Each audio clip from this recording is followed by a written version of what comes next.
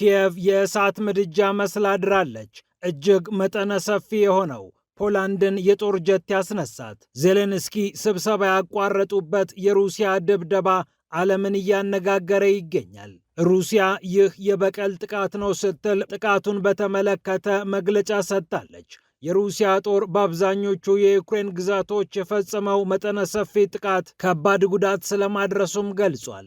የኪየቭ ሕዝብም ከቤቱ ወጥቶ በመጠለያ ንጋቱን ተቀብሎታል። ጥቃት መካች ሚሳኤሎችን ለማግኘት ድንበር ተሻግረው የተጓዙት የዩክሬኑ ፕሬዝዳንት ቮሎዲሚር ዜሌንስኪ ይህ እንደሚመጣ አውቄዋለሁ ብለው ጽፈዋል። ስለ አስደንጋጩ ጥቃትና ስለ ሌሎችም ተያያዥ ጉዳዮች በስፋት እንመለከታለን።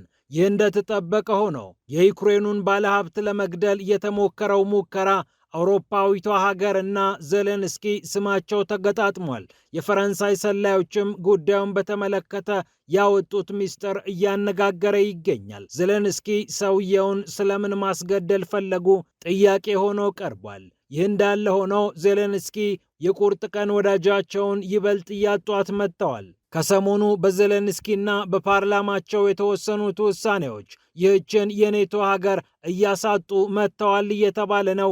ይህንንም እንመለከታለን።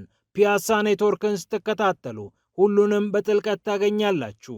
ፒያሳ ኔትወርክን ሰብስክራይብ፣ ላይክ እና ሼር በማድረግ የፈጣን የተአማኒና የጥልቅ ዘገባዎች ቤተሰቡን ስንል በአክብሮት ጋብዘናል። ብስራት ከፍለኝ ነኝ። አሁን ወደ ጉዳዮቻችን አለፍን።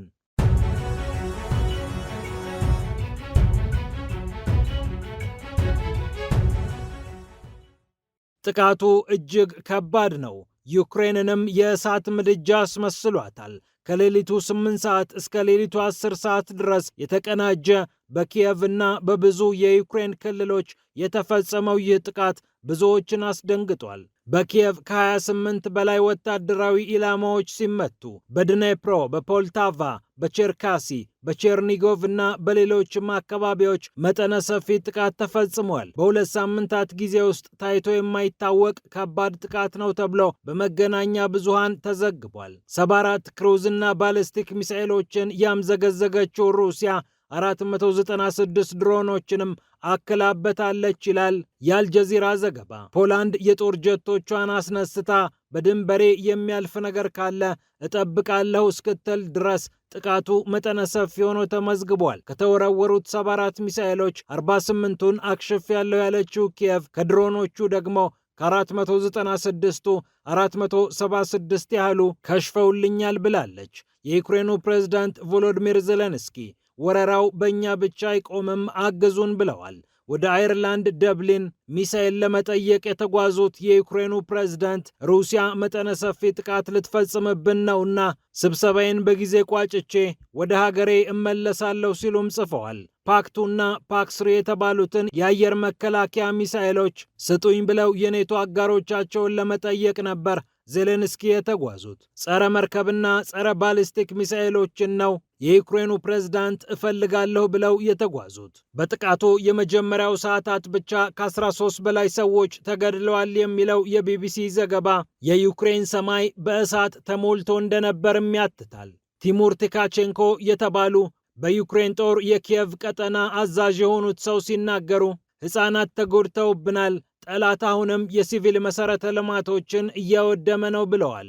የሩሲያ የመከላከያ ሚኒስቴር በበኩሉ የዩክሬኑ ጥቃት ወታደራዊና የኃይል መሠረተ ልማቶች ላይ ትኩረት ያደረገ ነበር ብሏል። በጥቅሉ 33 በሚሆኑ ወታደራዊ ኢላማዎች ላይ መጠነ ሰፊ ጥቃት ስለመፈጸሙም ነው የተነገረው። ወታደራዊ ማዘዣዎች፣ የጦር መሳሪያ ማከማቻዎች፣ ለጦር ሰራዊቱ ነዳጅ የተቀመጠባቸውና የሚጓጓዝባቸው ኢላማዎችም ከጥቅም ውጪ ሆነዋል ትላለች ሞስኮ። ሕንፃዎች ሲንቀጠቀጡ፣ መኪኖች ወረቀት መስለው ሲጨማደዱ ታይቷል ይላሉ ዘገባዎች። የእሳት አደጋ ሰራተኞችም እየተረባረቡ ነግቶባቸዋል ነው የተባለው። አሁንም ሌላ ከባድ ጥቃት ተፈጸመብን የሚሉት የዩክሬን ባለስልጣናት አብዛኛው የሩሲያ ኢላማ የሲቪል ኢላማ ነው ሲሉ ለጥቃቱ ምስል ሰጥተውታል። ሩሲያ ደግሞ ወሳኝ የሚባሉ የኃይልና የጦር መሠረተ ልማቶችን ነው የመታወት በሚለው አቋሟ ጸንታለች። ሩሲያ ይህንን ጥቃት የፈጸመችው ከሞስኮ እስከ ጥቁር ባህር የተዘረጋውን የዩክሬን ተከታታይ ጥቃት ለመበቀል እንደሆነ ተነግሯል። በሩሲያ የኃይል ጣቢያዎች ላይ የተፈጸሙት የዩክሬን የድሮን ጥቃቶች ቀላል የማይባል ጉዳት እንዳደረሱ የታወቀ ነው። የሩሲያው ፕሬዝዳንት ቭላዲሚር ፑቲንም መጠነኛ የኃይል እጥረት እስኪገጥመን ድረስ ጥቃት ፈጽመውብናል፣ እንበቀላለን ማለታቸው የሚዘነጋ አይደለም። ማዕከላዊና ምስራቃዊ ዩክሬንን ክፉኛ ያመሰው ይህ ጥቃት ታስቦበት የተፈጸመ እንደነበር የዩክሬኑ ፕሬዝዳንት ቮሎዲሚር ዜሌንስኪ ተናግረዋል። ቭላዲሚር ፑቲን በእኛ ብቻ አይቀርም፣ መውረር ብቻ ዓላማው ሆኗል። እኛን ሲጨርስ ወደ አውሮፓ መጓዙ ግልጽ ነው። ይህንንም ጥቃት ለብዙ ጊዜ እንዳሰበበት ያስታውቃል ብለዋል። ቀደም ብለው መረጃ እንደደረሳቸውና ወደ ኪየቭ በፍጥነት እንደሚጓዙ የተናገሩት የዩክሬኑ ፕሬዝዳንት ሕዝባቸው ጥንቃቄ እንዲያደርግ በተለይ ሕፃናትን ከጥቃቱ እንዲከለል ጥሪ አቅርበው ነበር። ይህንን ባሉ በሰዓታት ጊዜ ውስጥ ነው የሩሲያ መጠነ ሰፊ ጥቃት እንደ ዶፍ የወረደው። ከሞስኮ እስከ ክራይሚያ የደረሱት የዩክሬን ጥቃቶች የሩሲያ ጦር እንደ ልብ እንዳይገሰግስ አድርጓል በሚል በዩክሬን ጦር በኩል ሲገለጽ ቆይቷል። የሩሲያ የጦር ግስጋሴ ግን እንዲህ በቀላሉ የሚገታ አይደለም። ቢቢሲ ይዘግባል። ኮንስታንቲኖቭካ የተባለችውን ከተማ ከሞላ ጎደል የሩሲያ ጦር ተቆጣጥሯል። ይህ ማለት ደግሞ የዩክሬን ምስራቃዊ ክፍል በአመዛኙ በሩሲያ እጅ ገባ ማለት ነው። የዶንባስን ቀጠና ሞስኮ ከጥቂት ስፍራዎች በስተቀር እንደተቆጣጠረች ዘገባው ይጠቁማል። በአብዛኛው በእግረኛ ሰራዊት የሚደረገው ውጊያ መጠኑ ጋብ ያለ ቢሆንም ከጊዜ ወደ ጊዜ ግን ሩሲያ አዳዲስ መንደሮችን እየተቆጣጠረች ቀጥላለች።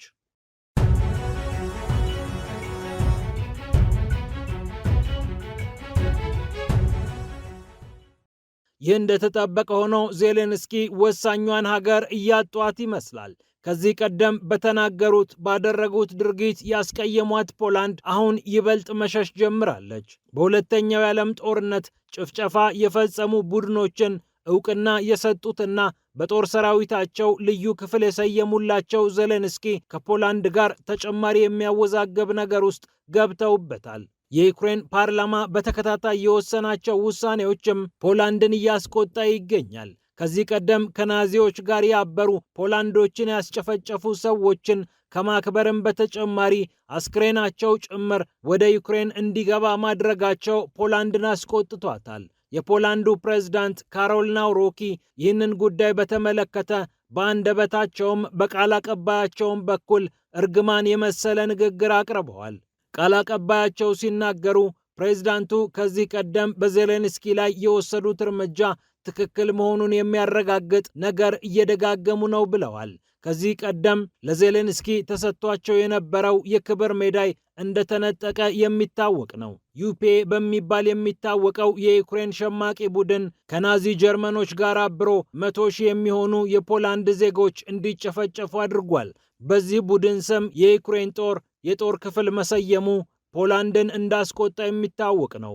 ቮልሂና የተባለውን ጭፍጨፋ ፖላንድ በአዋጅ ደረጃ የጅምላ ጭፍጨፋ ስትል ትፈርጀዋለች። በቅርቡ ደግሞ የዚህ ቡድን መስራች ከሆኑት ግለሰቦች መካከል አንድሪ ሜልኒክና ባለቤታቸውን ሶፊያ ፌዳክ ሜልኒክን የተመለከተ ውሳኔ ተወስኖ ፖላንድን ሲያስቆጣ ቆይቷል። እነዚህ ከናዚ ጋር የተባበሩ ሰዎች ናዚዎች በዩክሬን እንዲደራጁ በማድረግ ትልቅ ሚና የተጫወቱ ናቸው።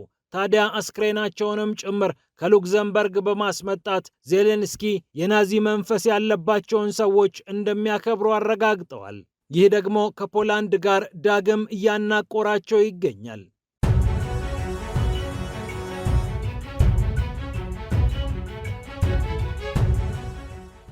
በመጨረሻም ከዚሁ ከዩክሬን ጉዳይ ሳንወጣ ባለሀብቱን ለማስገደል የተሞከረው ሙከራ ከዜሌንስኪ ጋር በቀጥታም ሆነ በተዘዋዋሪ እየተነሳ ይገኛል። ቫዲም ኤልማኖቭ ይባላሉ።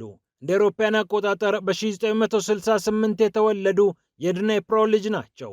ሀብታቸውን በሪል ስቴት፣ በግንባታ፣ በግብርናና በአልኮል ምርት ላይ አድርገው ሀብታም ተብለው የሚጠሩ ግለሰብ ናቸው። ታህሳስ 2023 እንደ አውሮፓውያን አቆጣጠር ላይ ኪየቭ እኒህ ሰው በክራይሚያ የንግድ ትስስር አላቸው አለች። በሩሲያ ከተያዘችው ክራይሚያ ጋር የንግድ ትስስር ያለው ሰው ደግሞ ይቀጣል ብላ ማዕቀብ ጣለችባቸው። የተለያዩ ህገወጥ ስራዎችን እንደሚሰሩ በሽፋን ደረጃ ቢነገርላቸውም ሰውየው ከዜሌንስኪ ጋር ግን ስምምነት እንደሌላቸው ይታወቃል። አንዳንድ የሚያውቋቸው ሚስጥሮችም ሳይኖሩ አልቀረም ነው የተባለው።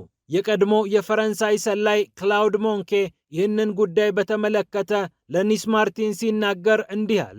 ይህ የቆጵሮስ ዜግነት የተቀበለው ባለሀብት ምናልባት የዜሌንስኪን ሚስጥር ሊያወጣ ሲል ታስቦበት የግድያ ሙከራ ሳይደረግበት አልቀረም ነው የተባለው። ከሰሞኑ በራስ ገዟ ሞናኮ በአንድ መኖሪያ ቤት ውስጥ ከፍቅር ጓደኛቸውና ከ13 ዓመቱ ልጃቸው ጋር በመሆን ወደ ህንፃው በሚገቡበት ሰዓት አንድ ፍንዳታ ይሰማል። የፍቅር ጓደኛቸውን እግሮች የነጠቀ ልጃቸውንም በመጠኑ የጎዳ እርሳቸውንም ቢሆን ቀላል የማይባል ጉዳት እንዲደርስባቸው ያደረገው ጥቃት በቦምብ የተፈጸመ መሆኑ ደግሞ ነገርየው ይበልጥ የተወሳሰበ እንዲሆን አድርጎታል። በርቀት መቆጣጠሪያ እንደፈነዳ የተገለጸው ይህ ቦምብ የፈረንሳይ መንግስት ልዩ ምርመራ እንደሚያደርግበት ነው የተነገረው። ታዲያ የፈረንሳዩ ሰላይ ዜሌንስኪ እንዲወጣባቸው የማይፈልጉት ሚስጥር ስላለ ምናልባት የግድያ ሙከራውን አስደርገውት ሊሆን እንደሚችል እጠረጥራለሁ ሲሉ መናገራቸውን አርቲ ዘግቧል። ፒያሳ ኔትወርክን ስትከታተሉ ስለቆያችሁ ክብረት ይስጥልን ብለናል። ፒያሳ ኔትወርክን ሰብስክራይብ፣ ላይክ እና ሼር በማድረግ የፈጣን የተአማኒና የጥልቅ ዘገባዎች ቤተሰቡን ስንል በአክብሮት ጋብዘናል። ብስራት ከፈለ የነበርኩ። ሰላም ለዓለማችን።